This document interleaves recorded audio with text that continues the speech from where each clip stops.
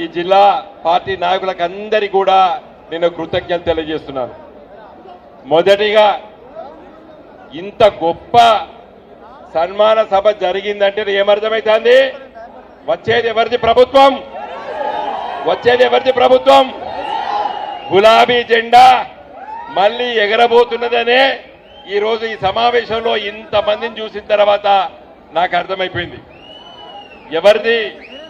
ప్రజల కోసం, ప్రజా సమస్యల కోసం పనిచేసినటువంటి గులాబీ జెండా దాదాపు 25 సంవత్సరాల క్రితం గులాబీ జెండా ఆవిష్కరించినటువంటి తొలి రోజుల్లో ఈ జెండా పట్టుకొని, జీబులు పట్టుకొని నేను మొదటిసారిగా డోర్నకల్ నియోజకవర్గం తిరిగినప్పుడు 2001 ఏప్రిల్ 27వ తారీఖు నాడు మన పార్టీని ఆవిష్కరించిన తర్వాత ఒక వారం 10 రోజులకే ఈ ప్రాంతంలో తిరిగినప్పుడు ఏంది ఇదేం జెండా, ఇదో కొత్త పార్టీయా, ఎక్కడ పార్టీ, దేనికోసం పుట్టింది ఈ పార్టీ అని చెప్పి ఆనాడు పరిపాలిస్తున్నటువంటి తెలుగుదేశం పార్టీ, కాంగ్రెస్ పార్టీ నాయకులు అపహాస్యం చేశారు. తెలంగాణ రాష్ట్రం వచ్చేది కాదు, సచ్చేది కాదని చెప్పి ఆనాడు చంద్రబాబు నాయుడు ముఖ్యమంత్రిగా, కాంగ్రెస్ పార్టీ ప్రతిపక్ష నాయకుడిగా రాజశేఖర్ రెడ్డి అపహాస్యం చేస్తే పత్రికల్లో, టీవీల్లో ప్రముఖంగా పడేది. 25 సంవత్సరాల తర్వాత సర్పంచులు, అదేవిధంగా స్థానిక ప్రజాప్రతినిధులు గెలిచినందుకు సన్మానం చేస్తే ఈ మహబూబాబాద్ లో పెద్ద ఫంక్షన్ హాల్లో కిక్కిరిసిపోయి ఇక్కడ ఎంతమంది ఉన్నారో అక్కడ అంతమంది కూర్చున్నారు. నేను ఎందుకు చెప్తున్నంటే 25 ఏళ్ల కింద గులాబీ జెండా పట్టుకొని ఊర్లు తిరిగేటప్పుడు 4గురిని 5గురిని పోగేసినటువంటి వాళ్ళము. మరి మిమ్మల్ని అందరూ చూస్తే మాకు ఎంత సంతోషం ఇస్తుందో మాకు అర్థమవుతుంది కదా. ఎట్లా గెలిచింది మీరు?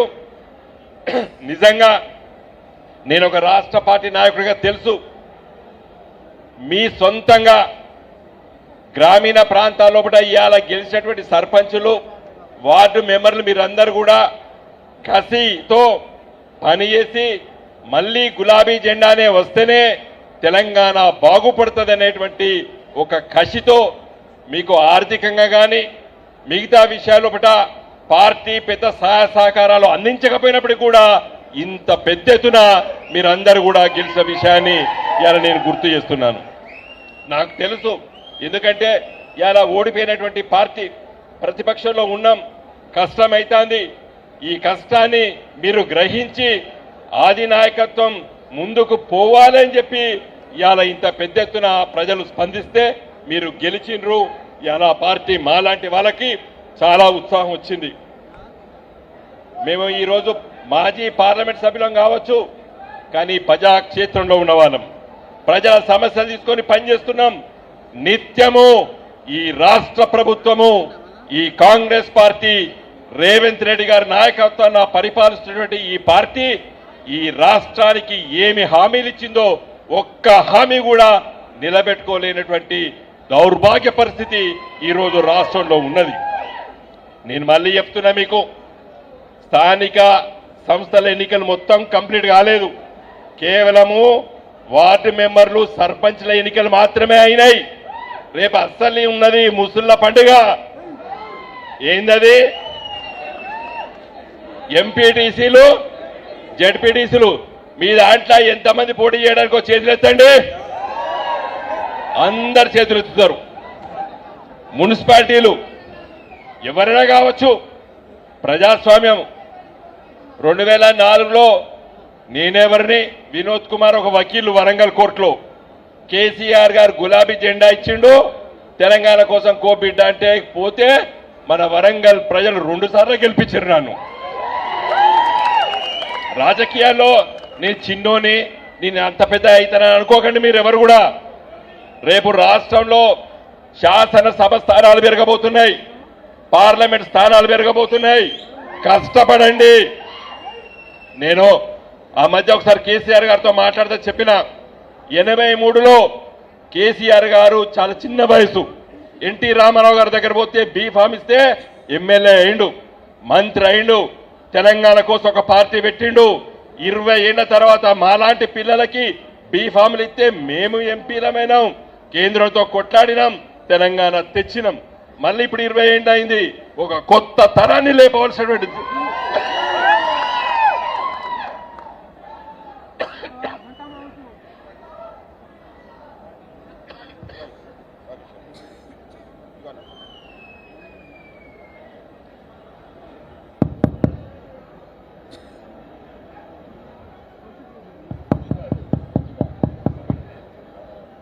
ఇంతేనా మీ జోషు?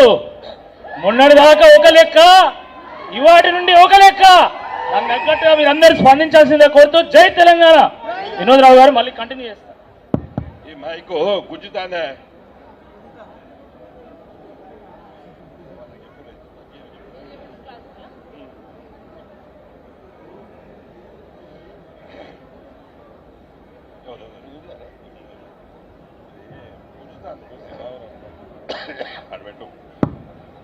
ఈ మైకు లోపల గుంజుతాంది. అయితే నేను ఎందుకు చెప్తున్నా, ఒక కొత్త తరం వస్తుంది, అవకాశాలు చాలా వస్తాయి. కాబట్టి మీరు అందరు కూడా కష్టపడండి. 20 ఏళ్ల క్రితం 25 ఏళ్ల క్రితం ఈ పార్టీ ఎక్కువ కాలం ఉండదు, ఇది వచ్చేది కాదు, సచ్చేది కాదు తెలంగాణ అని చెప్పి మాట్లాడిన ఆ రోజు తెలుగుదేశం పార్టీ, కాంగ్రెస్ పార్టీ నాయకులు. కానీ అంచెలుగా ఈ ఉద్యమాల తర్వాత ఈరోజు తెలంగాణ రాష్ట్రాన్ని సాధించినాం. తెలంగాణ రాష్ట్రాన్ని 10 సంవత్సరాలు ఒక గొప్ప రాష్ట్రంగా కూడా మనం తీర్చిదిద్దినాం. కాబట్టి మిత్రులారా, నేను చెప్పేది ఒకటే, మీరందరూ కూడా కష్టపడండి. రానున్న రోజుల్లోపట ఈ రేవంత్ రెడ్డి జెడ్పీటీసీ, ఎంపీటీసీ ఎన్నికలు పెడతాడు అంటే భయమేస్తాంది. తొందరలో పెట్టేట్లేడు. ఇలా పేపర్ చూస్తాం, ఏమంటాడు, మున్సిపల్ ఎన్నికలు మొదలు పెడతాడట. మొన్న జూబ్లీ హిల్స్ చూసి మున్సిపల్ ఎన్నికలు మొదలు పెడతా అంటాడు. మొన్న జెడ్పీటీసీ ఎన్నికలు, ఎంపీటీసీ ఎన్నికలు ఎందుకు పెడతలేడు? ఇలా గ్రామీణ ప్రాంతాల వాతావరణం ఇలా కాంగ్రెస్ పార్టీ వ్యతిరేకంగా ఇలా పవనాలు వీస్తున్నాయి. మళ్ళీ నిన్న మొన్న ఈయన ఎవరో తుమ్మల నాగేశ్వరరావు యాప్తోని యూరియా కొనొచ్చన్నాడు. నిన్న నేను కరీంనగర్ నుండి వరంగల్కి వస్తుంటే బార్ల నిలబడ్డారు రైతులు. యాప్ లేదు, గీప్ లేదు, మళ్ళీ చెప్పులు లైన్లో పెట్టి యూరియా కోసం అడుగుతున్నారు ఇలా రైతులు. కాబట్టి మిత్రులారా, ఈ కాంగ్రెస్ పార్టీ ఎందుకు యూరియా ఇవ్వలేదు మీరు గ్రహించాలి. కేసీఆర్ గారు మేము ఎంపీలుగా ఉన్నప్పుడు, వీళ్ళు ఉన్నప్పుడు, వాళ్ళు మంత్రులుగా ఉన్నప్పుడు కేసీఆర్ గారు మీటింగ్లో నేను కూర్చునేది. మంత్రులకి ఫిబ్రవరి మాసంలో పట్టే ఎక్కడ యూరియా ఉన్నది, ఎక్కడి నుంచి వస్తుంది, ఏ గోడౌన్లో పెట్టుకోవాలి, ఢిల్లీలో రైళ్లు దొరుకుతున్నాయా, దొరకగా అని చెప్పి ఎంపీలతో పని చేపించేది ఈ మంత్రులతోని. మీ గోడాలు సక్కంగా ఉన్నాయని ఫిబ్రవరి మార్చ్ మాసాల్లో పట్టే యూరియా బస్తాలన్నీ నింపి పెడదాము. అందుకే రైతులకు వచ్చినాయి. ఇలా కాంగ్రెస్ వాడికి చేతగాక ఇలా వాటిని నిల్వరించలేకపోక ఇలా రైతులు అష్ట కష్టాలు పడుతున్నారు. ఇవన్నీ కూడా మీరు చెప్పారే. ఇలా యూరియా దొరకలేదా? ఉన్నది, కానీ ఎందుకు రైతులకు దొరకలేదు? ఈ దివాలా కోరు ప్రభుత్వము చేతగాక ఏ పనులైతే చేయాలో అవి చేయక ఉండడం వల్ల ఇలా రైతులు కష్టపడుతున్నారు. కాబట్టే కేసీఆర్ గారు ప్రభుత్వం రావాలి. ఇలా గెలిచిన ఎమ్మెల్యేలు కానీ ఎంపీలు కానీ ముందు చూపుతో పని చేయవలసినటువంటి ఆలోచన మన నాయకుడు కేసీఆర్ గారి నాయకత్వాన్ని అలాంటి ఆలోచనతో పని చేస్తాం. కాబట్టి మిత్రులారా, ఇలా గ్రామీణ ప్రాంతాల్లో మీరు అందరు ఉన్నారు, మీరు చాలా ఆలోచించండి. రోజు పత్రికలు చదవండి. మన నమస్తే తెలంగాణతో పాటు మిగతా పత్రికలు చదివి అవగాహన చేసుకొని చర్చ పెట్టండి. మనం ఎందుకు ఓడిపోయినాం? మనం కేవలం 1.8% ఓట్లతో ఓడిపోయినాం.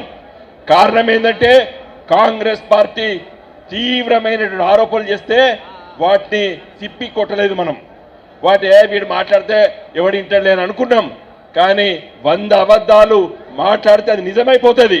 ఇలా కాంగ్రెస్ పార్టీలో గత మన ప్రభుత్వం ఉన్న కాలంలో మన పైన చేసినటువంటి ఆరోపణలను తిప్పికొట్టడం లోపల మనం కొంత అశ్రద్ధ చేశాం కాబట్టి మనకు ప్రజలు కొంతమంది అటువైపు పోయినరు. నేను మిమ్మల్ని కోరేది ఏంటంటే మీరందరూ కూడా యువతరం, కొత్త తరం ఉన్నారు ఇక్కడ. కాబట్టి కోరేది ఏంటంటే ప్రతిరోజు ఉదయం పూట ఒక అరగంటనో గంటనో పత్రికలు చదవండి. ఇవాళ రేపు పత్రికలు కూడా ఆన్లైన్లో వచ్చినాయి, చదవండి. ఏమైనా అనుమానాలుంటే ఇలాంటి నాయకులను అడగండి, అవగాహన చేసుకోండి, చర్చ పెట్టండి. గ్రామాల్లోపట మన ప్రత్యర్థులతో మీరు చర్చ పెడితే ప్రజలు ఏది నిజం అనేది గ్రహిస్తారు.